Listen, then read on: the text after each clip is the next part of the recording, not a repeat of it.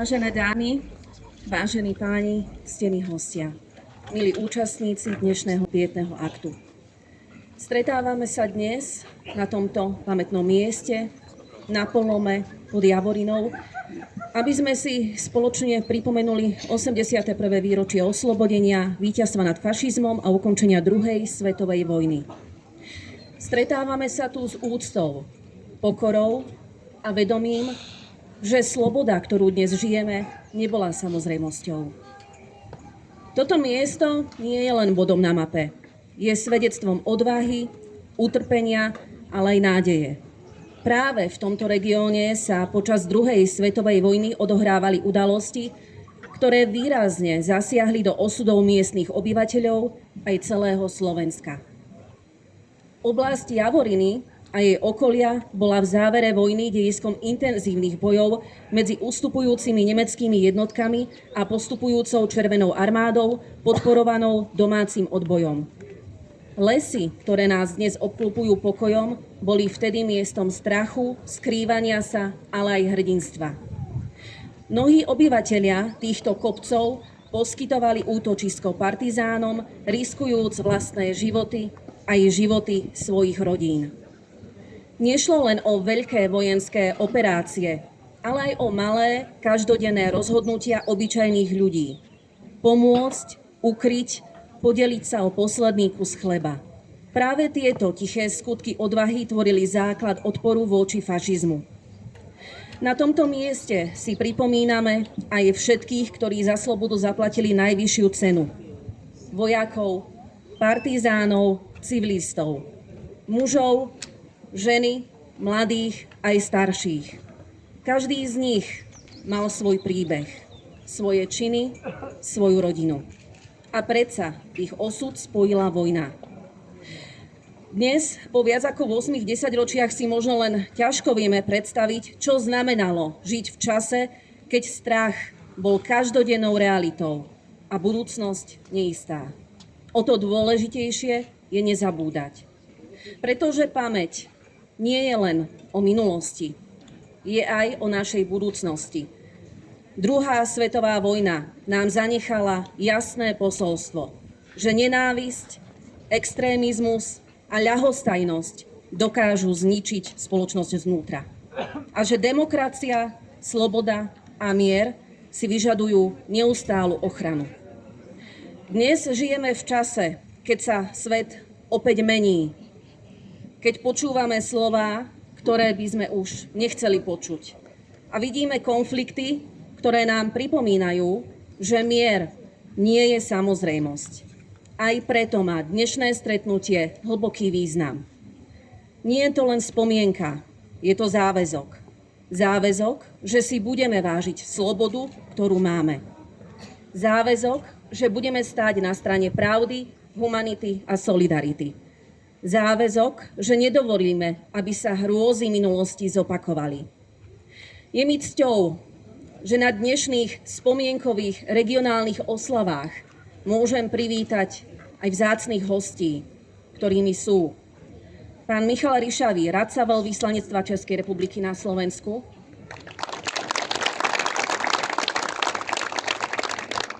pani Erika Jurinová, predsedníčka Žilinského samosprávneho kraja, pán Branislav Štrba, starosta obce Stráňavy, pán Branislav Zacharides, primátor mesta Vrútky, pán Ján Ničík, zástupca primátora mesta Žilina, pán Rastislav Mesiar, veliteľ 5. pluku špeciálneho určenia v Žiline, pán Juraj Drotár, podpredseda Slovenského zväzu protifašistických bojovníkov. Vítam samozrejme aj prítomných starostov okolitých obcí, poslancov zastupiteľstva Žilinského samosprávneho kraja, zástupcov štátnej správy, samosprávy. Vitajte.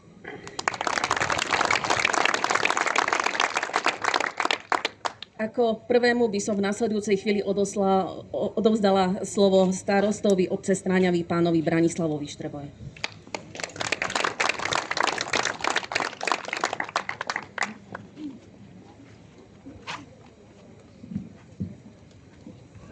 Bendelín Mičech, víťazný polom. Čuj ľudia, tu krvou posvetená hruda, tu zaplála vatra rudá, tu bude pozdravená muž či žena.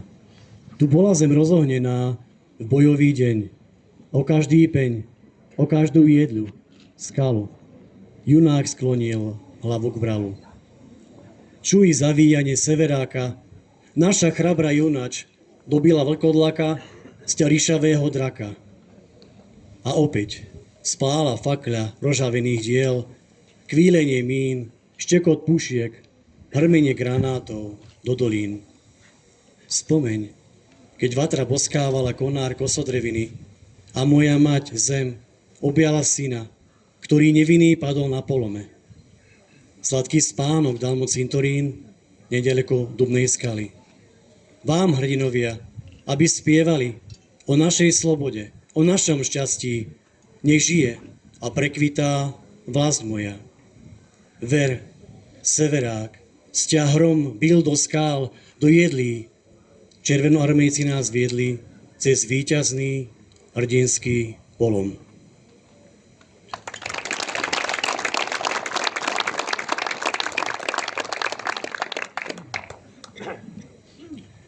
Vážený pán zástupca veľvyslanectva Českej republiky, vážená pani predsedníčka, vážené pani poslankyne a vážení pani primátori a starostovia, milé dámy a páni, ctení hostia, milí stráňavci a občania okolitých obcí. Stretávame sa dnes na tomto dôstojnom mieste pri pamätníku prvého československého armádneho zboru na vrchu Javorína, aby sme si pripomenuli 81. výročie ukončenia druhej svetovej vojny a víťazstva nad fašizmom. S hlbokou úctou sa skláňame pred všetkými, ktorí v boji za slobodu preukázali hrdinstvo, obetavosť a statočnosť. Boli to ľudia z mäsa a kostí, synovia, otcovia, priatelia, ktorí sa rozhodli postaviť zlu, hoci vedeli, že ich to môže stáť život. Viedla ich silná viera vo víťazstvo, viera v spravodlivosť, viera v budúcnosť, ktorú možno sami nezažijú, no vybojujú pre ďalšie generácie. V zákopoch a horách sa rodili pevné priateľstvá, často silnejšie než putá krvi. Spájalo ich spoločné utrpenie, odhodlanie i nádej. No dejiny nám pripomínajú aj odvrátenú tvár vojny. Chvíle, keď dôvera bola zlomená, keď prišla zrada, nieraz aj zo strany najbližších. Zrada, ktorá mohla byť motivovaná strachom, ale aj obyčajným prospechárstvom či peniazmi. Aj tieto príbehy sú súčasťou pravdy o vojne a o to viac vyniká veľkosť tých, ktorí zostali verní svojim ideálom až do konca. Dovoľte mi, aby som zodpovedal na možno vami položenú otázku, prečo som dnes báseň Víťazný polom predniesol práve ja. Táto báseň ma sprevádza už od detstva. Pamätám si ju zo základnej školy, neskôr zo strednej a dodnes ju nosím v pamäti i v srdci. Vždy som si potichu prial, aby som ju mohol predniesť práve tu, na tomto mieste. Dnes v pozícii starostu obce sa tento môj detský sen naplnil. Neberiem to ako samozrejmosť, ale ako česť a záväzok. Pripomínať si hodnoty, ktoré sú v tej básni ukryté. Odvahu, vernosť, lásku k vlasti a úctu k obeti. Milí priatelia, nech je dnešné stretnutie nielen spomienkou, ale aj výzvou, aby sme si vážili slobodu, ktorú máme. Aby sme ju chránili pravdou, čestnosťou a vzájomným rešpektom. Aby sme nezabudli, že mier nie je samozrejmosť, ale hodnota, o ktorú sa musíme starať každý deň. Dovoľte mi, aby som sa vám na tomto mieste prihovoril viac osobne, dnes naposledy z pozície starostu našej obce. Chcel by som sa v tejto chvíli vrátiť v spomienkach o 4 roky späť. V tom čase začal vojnový konflikt na Ukrajine. Stál som tu pred vami a hovoril som o tom, kam sa uberá naša spoločnosť.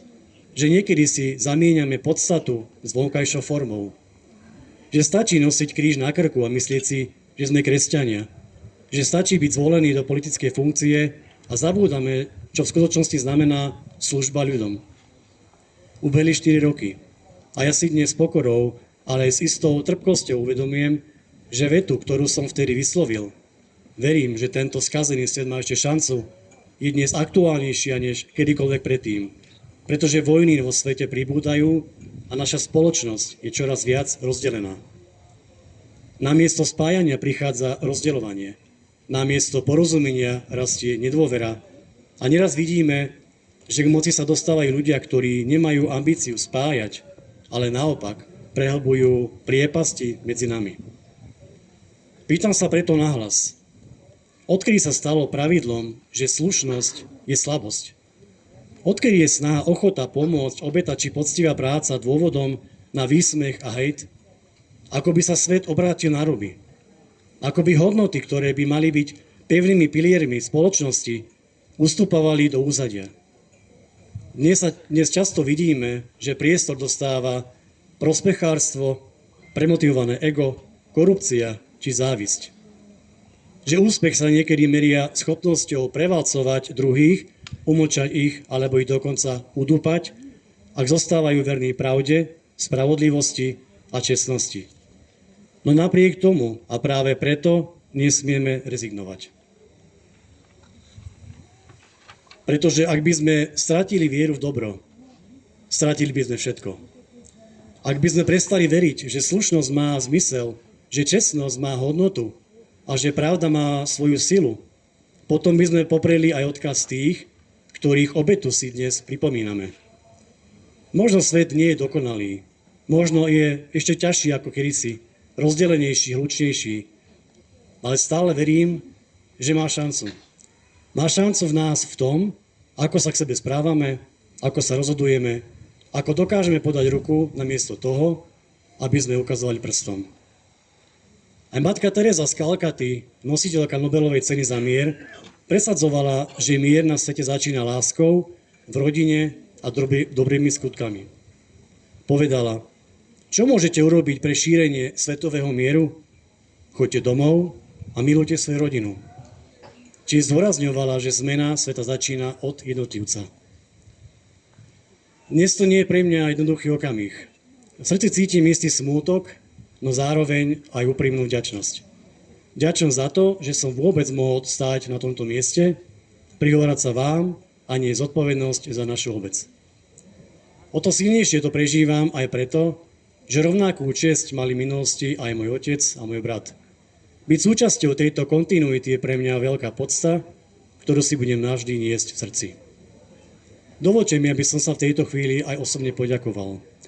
Ďakujem pánovi Trotárovi, ďakujem Petrovi Polákovi a za dlhoročnú výbornú spoluprácu pri organizácii týchto osláv.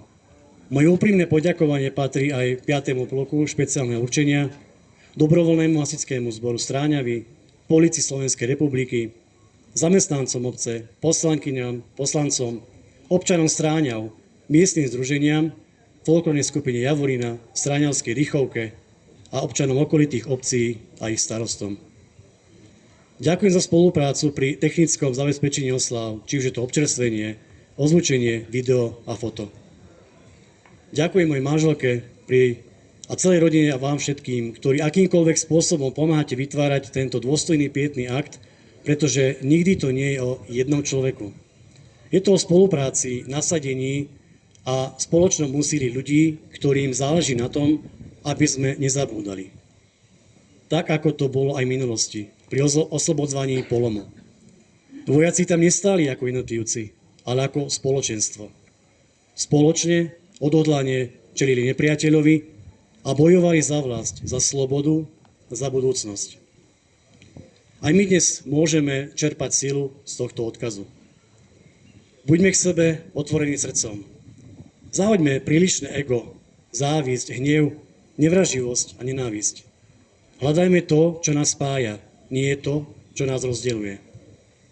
Ukážme mladej generácii, že sme tým správnym príkladom, ako viesť dialóg, ako spoločne vieme hľadať cestu a riešenia, ako vieme vysloviť kritiku bez toho, aby sme ublížili druhému človeku.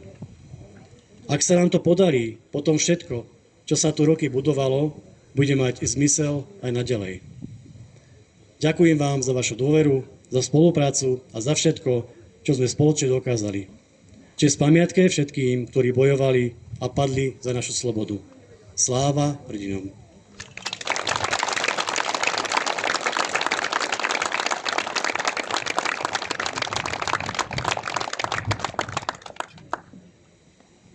Ďakujeme veľmi pekne, pán starosta. V následujúcich chvíľach sa vám prihovorí predsednička Žilinského samosprávneho kraja pani Erika Jurinová.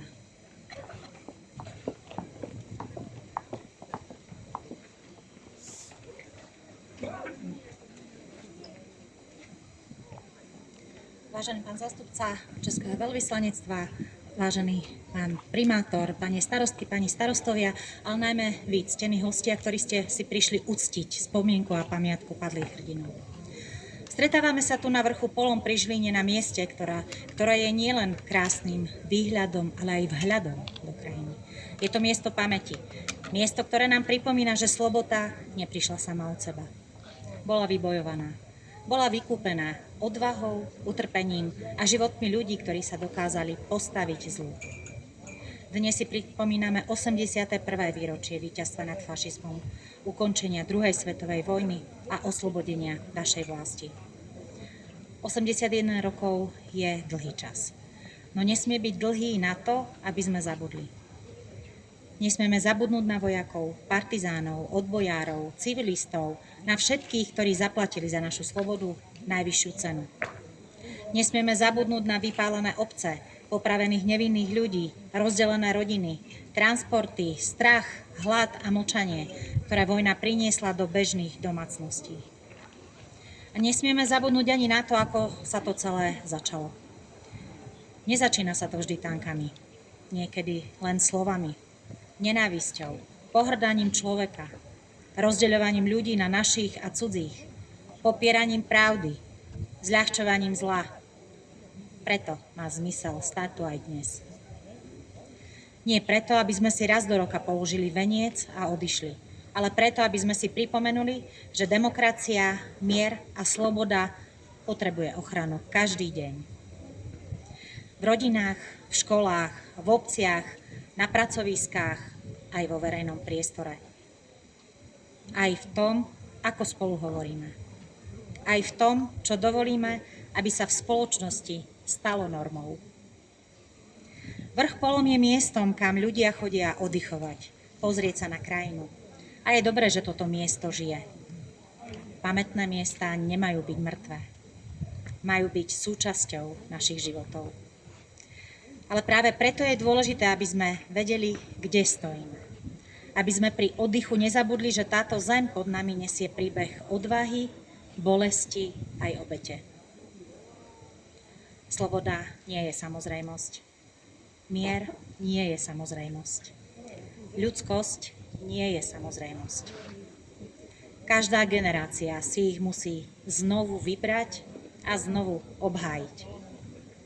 Naša generácia možno nebojuje v horách so zbraňou v ruke, ale bojuje o pamäť, o pravdu, o schopnosť pomenovať fašizmus ako zlo, o odvahu odmietnúť nenávisť, extrémizmus a pohrdanie človeka človekom v akejkoľvek podobe. Dnes preto s úctou skláňame hlavy pred všetkými, ktorí sa zaslúžili o oslobodenie našej vlasti. Pred tými, ktorí sa nevrátili domov. Pred tými, ktorí prežili, ale niesli si vojnu v sebe celý život. Pred rodinami, ktoré prišli o svojich najbližších. Česť ich pamiatke.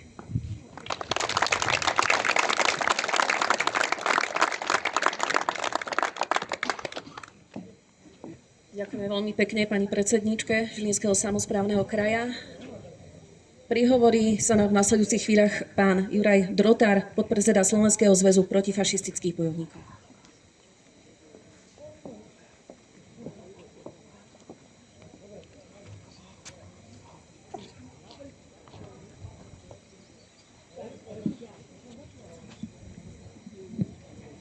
Dobrý deň. Želám všetkým, ktorí ste v dobrej vôli prišli vzdať úctu na slávu našim osloboditeľom. Excelencia, vážená pani predsednička Žilinského samosprávneho kraja, predstavitelia armády, samospráv, vzácni hostia, stráňavčania. A všetky tí, ktorí ste predtým prišli položiť kvety pamätníku vojakov 1. Československého armádneho zboru, turistov, ktorýchkoľvek iných, ktorí ste prišli. Vojna. 5 liter. Nič viacej. A koľko škody a nešťastie. Dneska si pripomíname víťazstvo nad fašizmom. Víťazstvo nášho regiónu, lebo zajtrajším dňom boli posledné obce Makov, Klokočov a Korňa oslobodené a oslobodce vojska prešli do ríše na územie protektorátu Čechy a Morava. Nezabúdajme na to. Vojna, okrem toho, že pred 81. rokmi 8. mája bola podpísaná dohoda o ukončení vojny, bola aj koncom a zánikom prvej vojnovej Slovenskej republiky. Republiky, ktorá vohnala našich vojakov na východnú frontu. Vláda, ktorá poslala do koncentričných táborov 57 000 našich spoluobčanov. Vláda, ktorá vyhlásila vojnu Zväzu sovietských socialistických republik a ostatným štátom. Je to poučenie. Či sme boli len pupkom sveta, alebo spupným nástrojom. Stojíme pred skutočnosťou, ktorá sa málo niekedy hovorí. Po 3 rokoch vojny došlo k oslobodzovaniu Československa a Slovenska vojskami Červenej armády od oktobra 1. Československého armádneho zboru a od decembra i Rumunskou kráľovskou armádou. 226 dní trvalo, kým bola naša časť Slovensko oslobodená. Trvalo 140 dní, kým oslobodzanie začalo severozápadného Slovenska. Po dobití Liptovského Mikuláša sa Červená armáda rozhodla o obklúčení nemeckých vojsk v priestore Ružomberok, Strečno, Žilina oslobodiť najväčšie slovenské politické, hospodárske a dopravné centrum terajšej vlády. A stanovili, po ľavej strane pôjdu vojaci 1. Československého armádneho zboru, po ľavej strane Váhom. Po pravej strane od Liptovského Mikuláša cez Ružomberok pôjdu vojaci 17. gardového zboru 18. armády generála Kastoloviča. Budú oslobodovať Oravu, Kysuce a južnú časť žilinského okolia. A tak sa stalo. Prvý armádny zbor od Ľubohyne prešiel Veľkú Fatru. Oslobodením Martina stála pred nimi jedna zložitá úloha. Ako prekročiť Malú Fatru, ktorá tvorila druhé pásmo obrany Ostravy. Javorníky a Malá Fatra. Ako to? Treba povedať jedno, že generál Klapálek, veliteľ 1. armádneho zboru, vtedy povedal: nikdy som nevidel takú spoluprácu občanov ako vojakov. Dreli pomáhali nám vyháňať muníciu, dela, dohovor. Ani nespávali. A v tomto je tá jednota, ktorú sme roky udržiavali a budeme udržiavať. A stalo sa. Po všetkých bitkách treba povedať, že nebola jednoduchá na Malej Fatre. Len 22. apríla, keď vojaci plukovníka Markusa, veliteľa 3. brigády, dobili Polom. za jeden deň bolo 152 vojakov mŕtvych a viac ako 450 ranených i nezvestných. Stretli sa vojska 183. divízie pristrečne s vojmákmi 1. brigády Československého armádneho zboru a poriešili, ako oslobodiť Žilinu ďalej. Vojaci Markusovi po bojoch odpočívali v Stráňavách. Ostatné vojska sa pripravili prekročiť obranu pred Žilinou. Podarilo sa. A tak sme 30. apríla pred 9:30 zistili, že vojska 1. Československého armádneho zboru vstúpili do mesta Žilina a oslobodili ho. Pritom vojska Červenej armády už predtým o 7 hodín cez Budatín pokračovali smerom na Kysucké Nové Mesto, Biču a smerom na hranice k protektorátu. Paralela. Kto si už dneska pamätá na to, ako to bolo? Priamy účastníkov odboja už je len pár. Pamätníkov, ktorí sme tú vojnu prežili, tiež nie je veľa. Takže musíme zísť z toho, čo máme. Musíme sa objavať i veci. Ako sa naši ľudia pripravovali na oslobodenie? Nás, Slovákov, ktorí sme 1. augusta spolu s nemeckým Wehrmachtom vstúpili do vojny proti Poľsku. Ako sa budú ruskí vojaci dívať na to, keď budú oslodzovať naše mesta a dediny, keď sme proti ním poslali naše 3 zbory? Ako to? Aká bola propaganda? Čo vykladilo o tom? Mladé ženy, zamastite na čierno, noste staré veci, lebo vás násilne ukradnú hodinky, bicykla, všetko možné. Ešte sme ani neboli slobodní, už bol strach z toho, čo bude. Ako decko prežil som oslobodenie. Ale od ruského vojaka nedostal som facku, ani nič nevytený. Jak ma vyťahol z pivnice, dal mi do ruky zelené jablko. 19. januára 1944. So slovami všetkým, čo sme boli 3 dní v pivniciach, vy svobodní. Bol januárový deň. Slnko svietilo, mraz vonku, neviem koľko. Vojaci sa umývali vo snehu, pri studni vodou. Na dvore stáli kone, sedla v izbe, aby boli teplé pre koňov. Zajedli, umýli sa, naskočili na kone a boli sme slobodní. Pritom Nemci nás vykradli o všetko.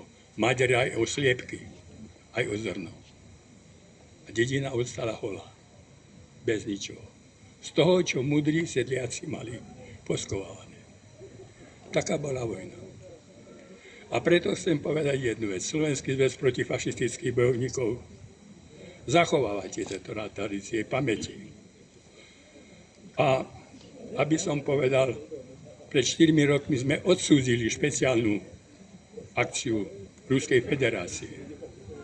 Ale pripomínali sme, že nepáči sa nám nacionalizácia a fašizácia Ukrajiny. Poradte, treba niečo s tým robiť.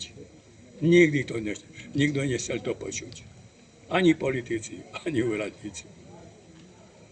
V tom je to nešťastie. My želáme všetkým ľuďom Ukrajiny a Ruskej federácie dobrej vôle, aby usilovali, aby ich predstavitelia ukončili vojnu na Ukrajine. Lebo vojna nikdy nič dobrého nedoniesla.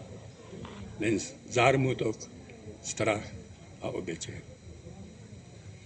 Môžeme zabudnúť, že za našu slobodu položilo život 60 000 vojakov Červenej armády a nespočetné množstvo ranených. Môžeme zabudnúť na to, že na oslobodovanie Slovenska podielalo rumunská armáda, kde padlo viac ako 10 000 vojakov. Že vojaci 1. Československého armádneho zboru položili za našu slobodu viac ako 1700 vojakov a množstvo ranených. Na to sa nedá zabudnúť. Ani na 110 vypálených osad a obcí. Ani na obete zavražených v koncentračných táboroch. Ani biedu a utrpenie. Ale ani na žiaľ pozostalých rodičov, manželky a iných ľudí za to sa už najbližší nevrátili. A preto potvrdzujme a hlásajme, že nás oslobodili vojaci Červenej armády Sovietskeho zväzu, rumunskí vojaci, vojaci 1. Československého armádneho zboru a nikto iný. Nikto iný.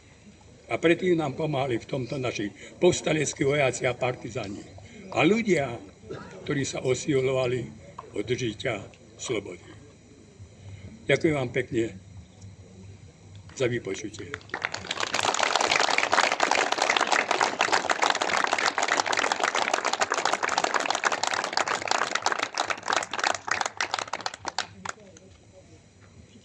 A dovoľte, aby som pri tejto príležitosti vyhlásil rozkaz ministra obrany Slovenskej republiky číslo 15 z 2. marca 2026. V súlade s dokumentami Ministerstva obrany o ocenení a za zásluhy o zachovanie pamäti boja za národnú slobodu sa vyznamenávajú medailou ministra obrany k 80. výročiu Slovenského národného povstania a 80. výročiu oslobodenia pani inžinierka Erika Jurinová, predsednička Žilinského samosprávneho kraja.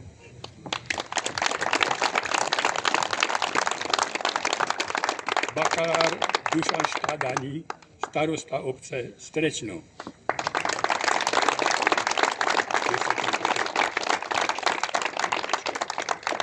V Bratislave minister obrany Robert Kaliňák.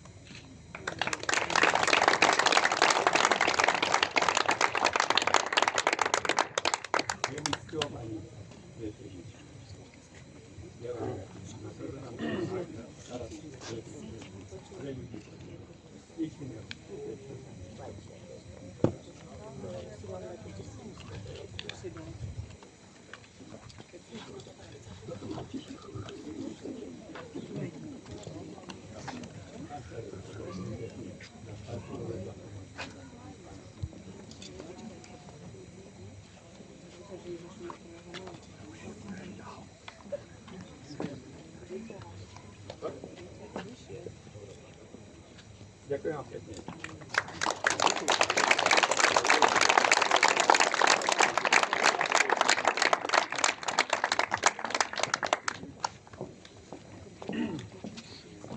Ďakujeme veľmi pekne. No a v nasledujúcich chvíľach už sa budeme môcť započuť do krásneho spevu a hudby v podaní folklórneho súboru Javorina.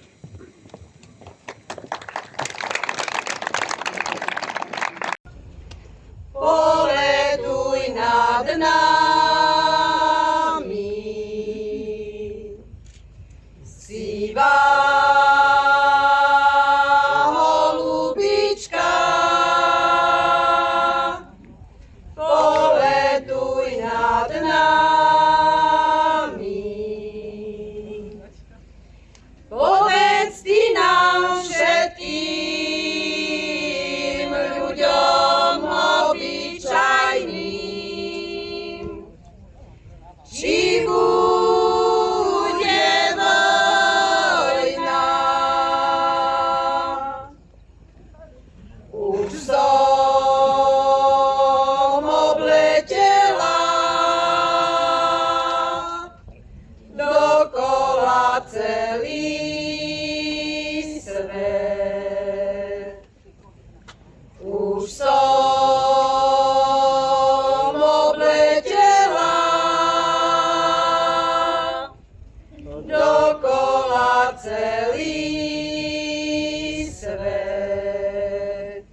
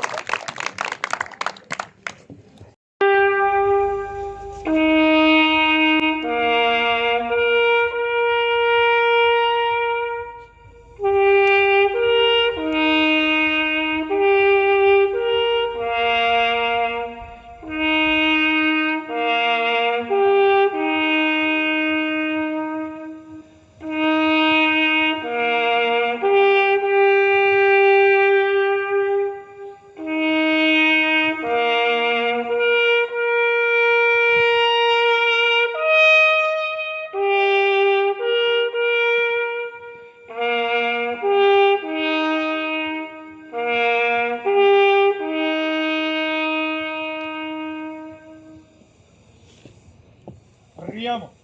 Hrad. Ďakujeme veľmi pekne. Na záver ešte odznie hymnická pieseň.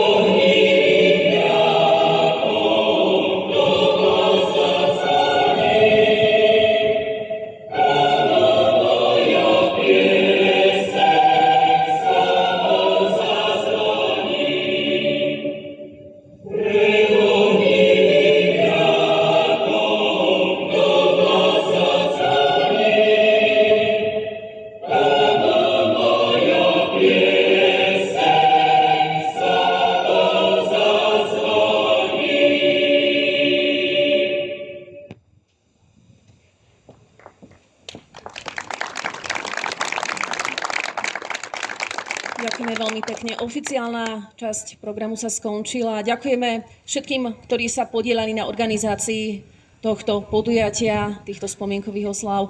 Ďakujeme vám všetkým, ktorí ste dnes súčasťou a všetkých vás zároveň aj pozývame do obce Stráňavy, kde je pripravené pre vás nielen občerstvenie, ale takisto si môžete pozrieť aj Múzeum Malofatranskej operácie. Všetci ste naozaj srdečne vítaní. Ďakujeme ešte raz a budeme sa na vás tešiť samozrejme opäť o rok.